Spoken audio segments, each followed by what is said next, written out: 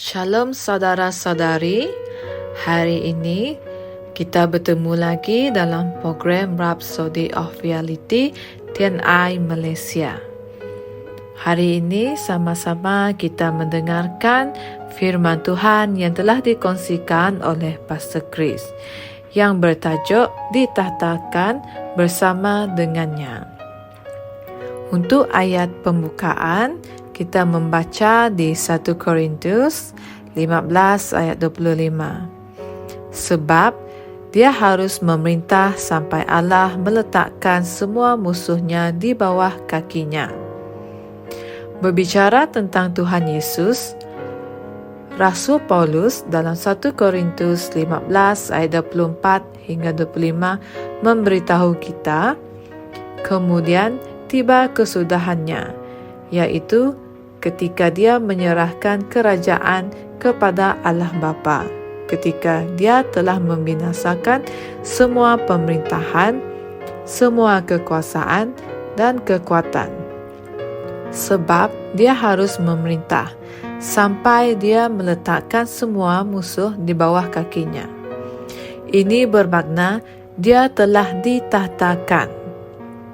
Perhatikan bahawa Paulus tidak berkata sebab dia harus memerintah setelah dia meletakkan semua musuh di bawah kakinya.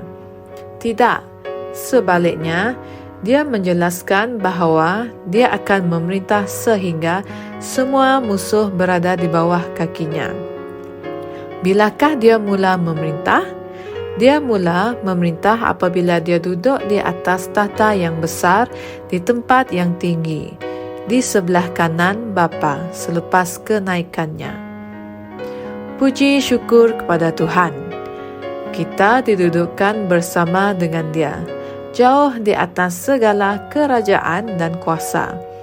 Kita ditahtakan bersama dengannya.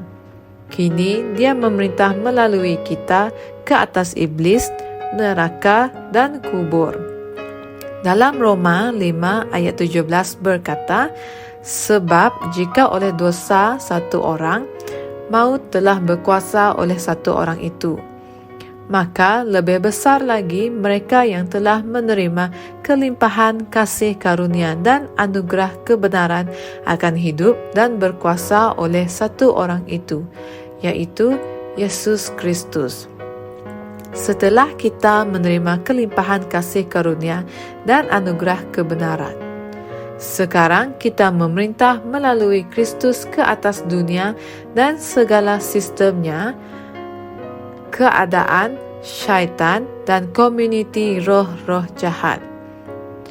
Tolak penyakit, kegagalan, kekalahan dan maut. Memerintahlah dalam hidup sebagai seorang raja. Tolak segala sesuatu yang bukan daripada Tuhan dan hanya terima perkara yang selaras dengan kehendaknya yang sempurna untuk kamu. Kamu telah ditahtakan untuk memerintah. Haleluya. Sekarang marilah kita bersama-sama mengucapkan pengakuan. Kristus memerintah ke atas segala sesuatu bagi kemuliaan Allah dan gerejanya. Aku telah dirahmati untuk memerintah dalam hidup ini melalui kebenaran. Aku mengejarkan kekuasaan melalui kata-kata dan aku meletakkan syaitan, para pengikutnya dan unsur-unsur dunia ini di tempat mereka sepatutnya berada. Kerana aku berfungsi di dalam dan dengan kekuasaan Kristus. Haleluya. Untuk renungan tambahan, marilah kita membaca di kitab Daniel 7 ayat 13 sehingga 14 dan Mazmur 110 ayat 1 hingga 2. Tuhan memberkati. Kami percaya saudara-saudari semua telah diberkati dengan perkongsian firman dari Rhapsody Reality. Bagi sesiapa yang ingin menjadikan Yesus Kristus sebagai Tuhan dalam kehidupanmu, kamu boleh mengucapkan doa ini bersama dengan saya.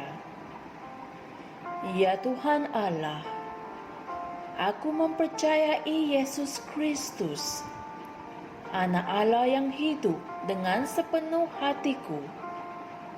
Aku percaya Dia telah mati untukku, dan Allah telah membangkitkan Dia dari kematian. Aku percaya Dia hidup hari ini. Aku mengaku dengan mulutku bahwa Yesus Kristus adalah Tuhan dalam hidupku mulai dari hari ini. Melalui Dia dan di dalam nama-Nya, aku mempunyai kehidupan yang kekal. Aku telah dilahirkan semula. Terima kasih Allah kerana menyelamatkan jiwaku. Aku sekarang adalah anak Allah. Haleluya. Tanya, sekarang kamu telah menjadi anak Allah.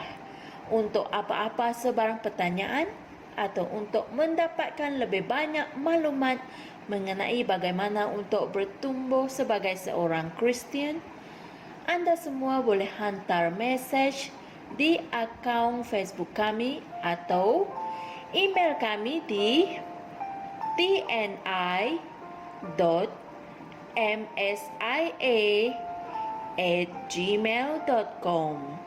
Sekali lagi, tni.msia@gmail.com. Tuhan berkati Anda semua.